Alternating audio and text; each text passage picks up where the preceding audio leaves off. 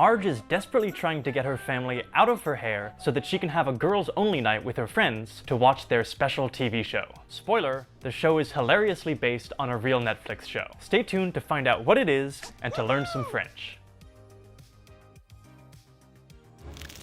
Des cookies. C'est pas des cookies, c'est des biscuits. C'est l'anglais pour cookies. Et ils sont pas pour toi. Ni toi, ni toi, ni toi, ni toi, ni toi. Pas pour vous.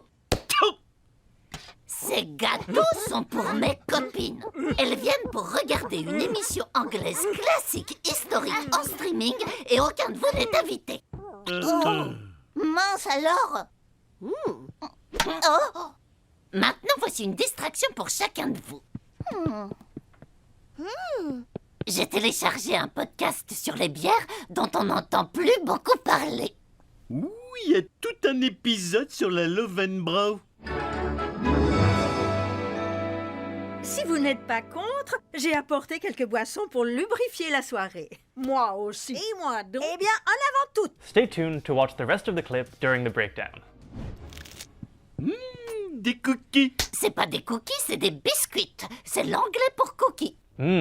Des cookies. C'est pas des cookies, c'est des biscuits. C'est l'anglais pour cookies. Un cookie is obviously a word that's borrowed from English. But what's interesting is that in French, un cookie specifically refers to a chocolate chip cookie. Since this isn't a traditional dessert in France, they borrowed the American term. Since Marge's cookies are very clearly English-themed, she uses the English term biscuit. However, un biscuit with a silent T at the end is actually a French term too. Petits beurres are one example of a classic French biscuit. So altogether, Homer is saying, cookies, and Marge is correcting him by saying, they're not cookies, they're biscuits. It's English for cookies. C'est pas des cookies, c'est des biscuits. C'est l'anglais pour cookies. Et ils sont pas pour toi. Ni toi, ni toi, ni toi, ni toi, ni toi. Et ils sont pas pour toi, ni toi. The word ni is used like neither nor in English. For example, you could say, je n'aime ni les brocolis, ni les épinards. I like neither broccoli nor spinach. You can also use ni with pas. For example, il ne sait pas lire ni écrire. He doesn't know how to read or write. So here, Marge is saying, they're not for you, or you, or you. Et ils sont pas pour toi. Ni toi, ni toi, ni toi, ni toi, ni toi. Pas pour vous. Ces gâteaux sont pour mes copines. Pas pour vous. Ces gâteaux sont pour mes copines. Un gâteau generally means a cake, but it's also yet another word for a cookie. That's right, in French there are three ways to say cookie. Biscuit and gâteau for cookies in general, and cookie for chocolate chip cookies. Anyone else confused yet? Next, une copine is a casual word for a female friend. The male version is un copain. It's a bit like the word buddy in English. For example, c'est mon copain d'école. He's my buddy from school. Ces gâteaux sont pour mes copines. Elles viennent pour regarder une émission anglaise classique, historique, en streaming. Elles viennent pour regarder une émission anglaise classique, historique, en streaming. Une émission is a TV show or a TV program. You can also talk about une série, as in a TV series. For example, c'est quoi ta série préférée sur Netflix? What's your favorite show on Netflix? Speaking of Netflix, if you're looking for a fun way to improve your French, be sure to check out this video for our list of the 10 best Netflix shows to learn French. Elles viennent pour regarder une émission anglaise classique, historique, en streaming, et aucun de vous n'est invité. Et aucun de vous n'est invité. Aucun means none. For example, aucune de ces clés n'est la bonne. None of these keys is the right one. Sometimes it can also mean no. For example, if you don't know the answer to a question, a common response is aucune idée, no idea. So altogether, Marge is saying that her friends are coming to watch a classic, historical English TV show and none of her family members are invited. Et aucun de vous n'est invité. Mince alors. Mince, or mince alors, is an exclamation used to express disappointment or frustration, like darn it or drat in English. For example, mince alors, Le bébé est enfermé dans la voiture. Darn it, the baby is locked in the car. Mince alors. Oh. Maintenant, voici une distraction pour chacun de vous. Maintenant, voici une distraction pour chacun de vous. Voici means here is, so it's used to point out something that is close by, like the object that Marge is holding. Or I could say, voici un de mes livres préférés. Here is one of my favorite books. Voilà, on the other hand, means there is, so you would use it to point out things that are further away. For example, voilà le bus. There is the bus. Next, chacun means each. So Marge is saying, now here's a distraction for each of you. Maintenant, voici une distraction pour chacun de vous. J'ai téléchargé un podcast sur les bières dont on n'entend plus beaucoup parler. J'ai téléchargé un podcast sur les bières dont on n'entend plus beaucoup parler. The verb télécharger means to download. In this case, Marge has downloaded a podcast about beer. But it can get a little confusing because the French also use the verb télécharger to mean upload. The pronoun dont in French doesn't have a single translation in English. In this case, it means that, or of which. You always use dont with a verb plus de construction. Here's an example using the verb avoir besoin de, to need. You could say, j'ai besoin de ce livre. I need this book. Or you could say, c'est le livre dont j'ai besoin. It's the book that I need. Our original sentence has the word dont because it's going with the verb parler de. J'ai téléchargé un podcast sur les bières dont on n'entend plus beaucoup parler. Dont doesn't have one single translation in English. Its meaning depends on context. So when you look it up and are confronted with a definition that looks like this, it's easy to get discouraged. But when you watch videos on FluentU, a handy app for learning French with real-world videos, all the subtitles are written by language experts. So you always see the correct definition for words in that particular context. For example, in this context, Voici ce dont nous avons besoin. we can see that dont means what. If we click on dont in the subtitles, we can see the definition and examples of how it's used in other contexts. For example, in this context, 8 pédiatres, dont 4 regroupés dans un cabinet, la ville s'en sort bien. it translates to of whom. Once you see the word dont used in a bunch of different contexts like this, it will quickly start to make sense. On FluentU, you can learn exactly like this through thousands of authentic French videos, like movie scenes, TED Talks, and music videos. FluentU also gives you personalized quizzes and speaking questions that help you lock in everything you're learning. If you've only used textbooks and traditional language learning apps before, you'll be amazed by how natural learning on FluentU feels. You can try it for free by signing up for a 2-week trial using the link in the description below. Plus, FluentU is currently having a sale, so now is a great time to check it out. J'ai téléchargé un podcast sur les bières dont on n'entend plus beaucoup parler. Ouh, il y a tout un épisode sur la Löwenbräu. Ouh, il y a tout un épisode sur la Löwenbräu. In this context, tout means whole. Another example would be, il y a tout un monde de possibilités. There's a whole world of possibilities. So Homer is saying, there's a whole episode about the German beer Löwenbräu.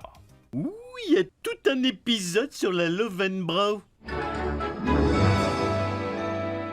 Si vous n'êtes pas contre, j'ai apporté quelques boissons pour lubrifier la soirée. Si vous n'êtes pas contre, j'ai apporté quelques boissons pour lubrifier la soirée. Si vous n'êtes pas contre literally means if you're not against. But in English, we'd probably say if you don't object or if you don't mind. Une boisson is a drink or a beverage. It can be alcoholic, as it is in this case, but it doesn't have to be. Finally, une soirée means an evening. What's interesting is that there are actually 2 words for evening in French, soir and soirée. The difference is that soir just refers to the time of day, whereas soirée refers to the duration of time, or what goes on during that time. For example, you would say, qu'est-ce que tu fais ce soir? What are you doing this evening?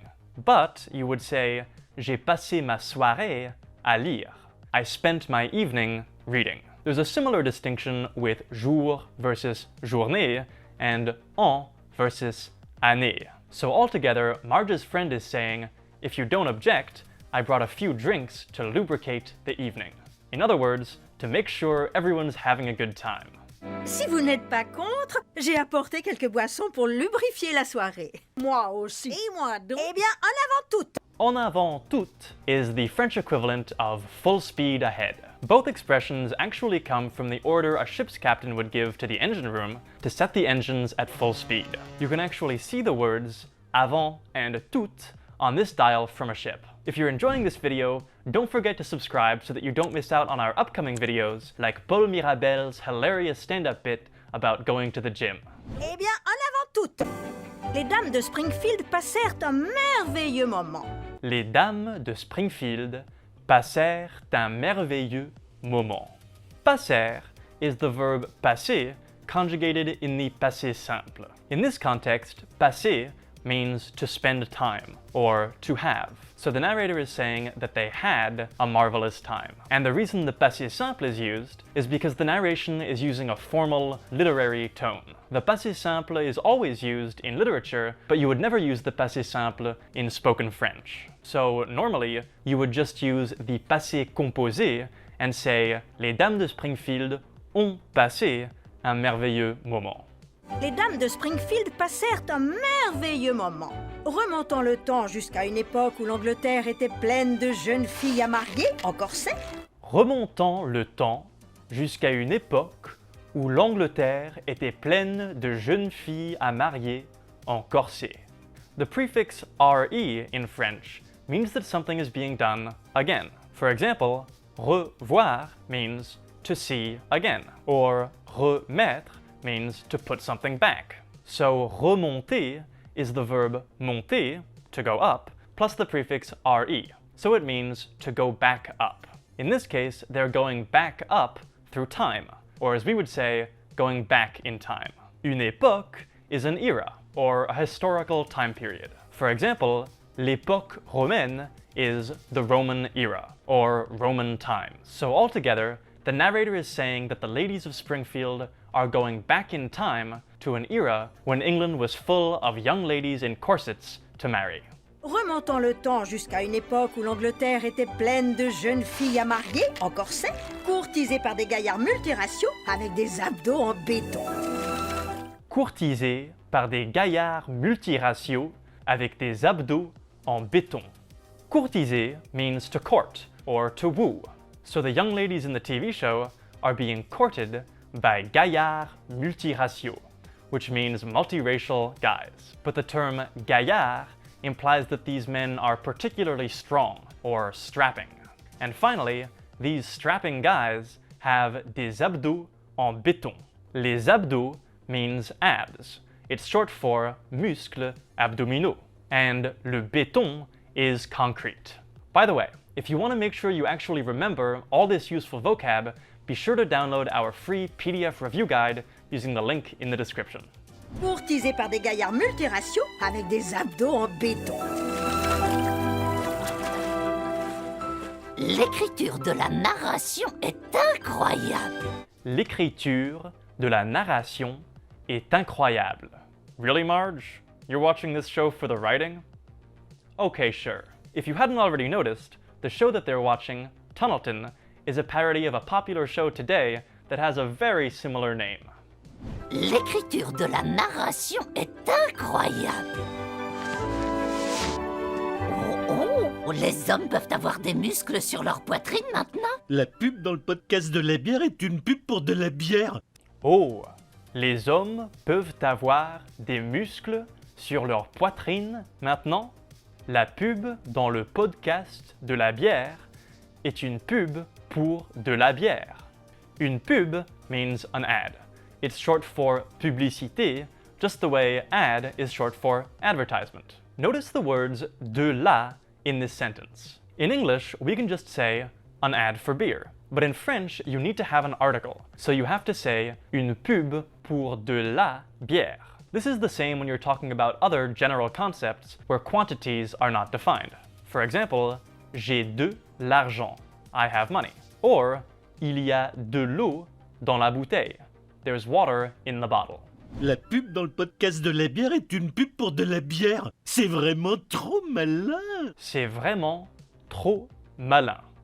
The adjective malin means smart or clever. So literally, c'est vraiment trop malin translates to that's really too smart.